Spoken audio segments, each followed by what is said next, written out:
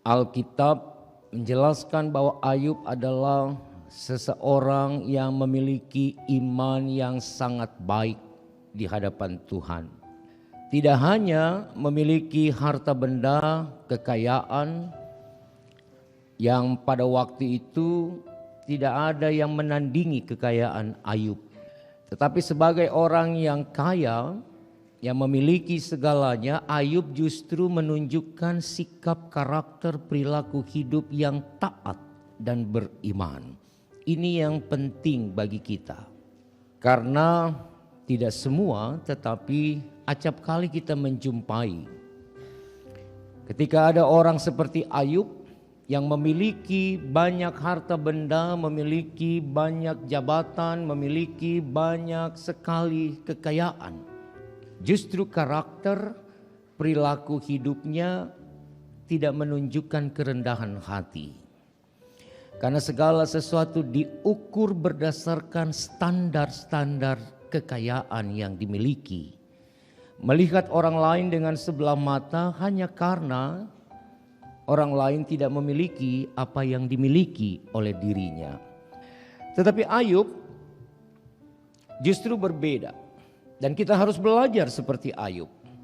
Kendati pun memiliki segala kekayaan, segala harta benda, dan terpandang di dalam kaumnya, di dalam komunitas di mana ia ada, tetapi tetap menunjukkan karakter sebagai anak Tuhan yang setia, yang taat, yang saleh di dalam hidup berimannya.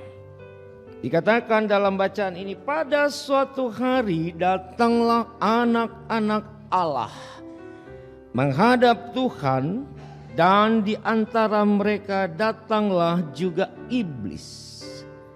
Siapakah anak-anak Tuhan yang dimaksud? Tentu bukan manusia, tetapi lebih tepat kalau kita mengartikan itu adalah malaikat-malaikat abdi-abdi Allah. Pada satu waktu mereka datang kepada Tuhan Allah untuk menyampaikan kehidupan manusia yang dibangun dalam pantauan mereka, dalam pandangan mereka. Dan salah satu yang dipantau dan menjadi sorotan adalah Ayub. Jadi waktu malaikat-malaikat datang bertemu Allah, tapi juga datang iblis.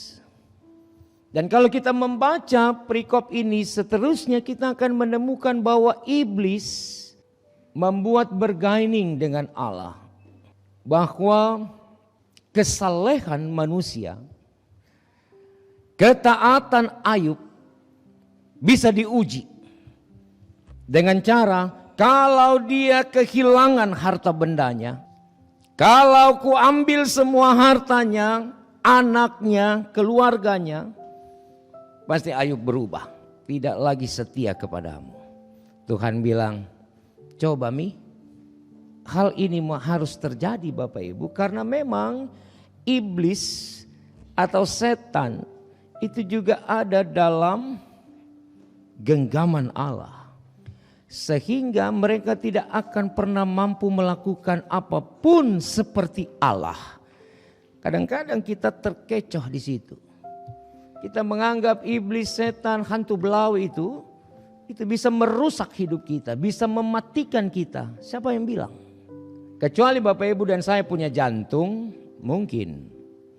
Pergi di kamar jenazahnya Rumah Sakit Wahidin kalau tidak kejang di situ. Jadi setan itu ada dalam genggaman Allah. Karena itu kisah Ayub ini mau menegaskan buat kita, jangan pernah takut sama setan, iblis, apapun itu. Karena mereka ada di dalam kuasa Allah. Mereka minta izin dari Allah untuk bisa mencobai atau menguji iman Ayub. Maka dalam ayat-ayat selanjutnya Tuhan bilang, silakan. Tapi ingat, kuasamu tidak akan pernah bisa menandingi kuasaku. Karena untuk nyawanya ada di tanganku, bukan tanganmu. Jadi sampai hari ini yang namanya setan, iblis itu tidak akan pernah bisa mematikan. Karena kuasa mereka ada di bawah kuasa Allah. Tapi yang menarik adalah kenapa kisah ini, narasi ini harus dituliskan Bapak Ibu. hanya mau mengatakan begini, di tengah-tengah kesalehan, di tengah-tengah kesetiaan dan ketaatan seseorang kepada Allah, maka jangan pernah mengira bahwa tidak akan ada iblis di sana.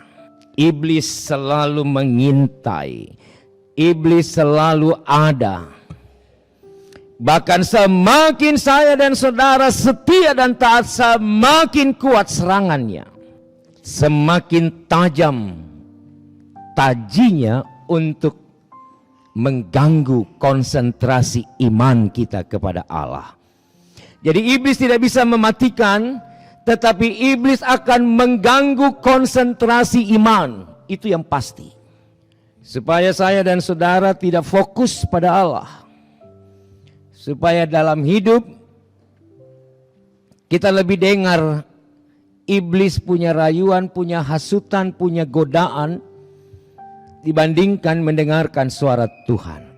Dipertanyakan kepada saya dan saudara, mana yang mau diprioritaskan dalam hidup? Ikut kehendak Allah atau kehendak manusia?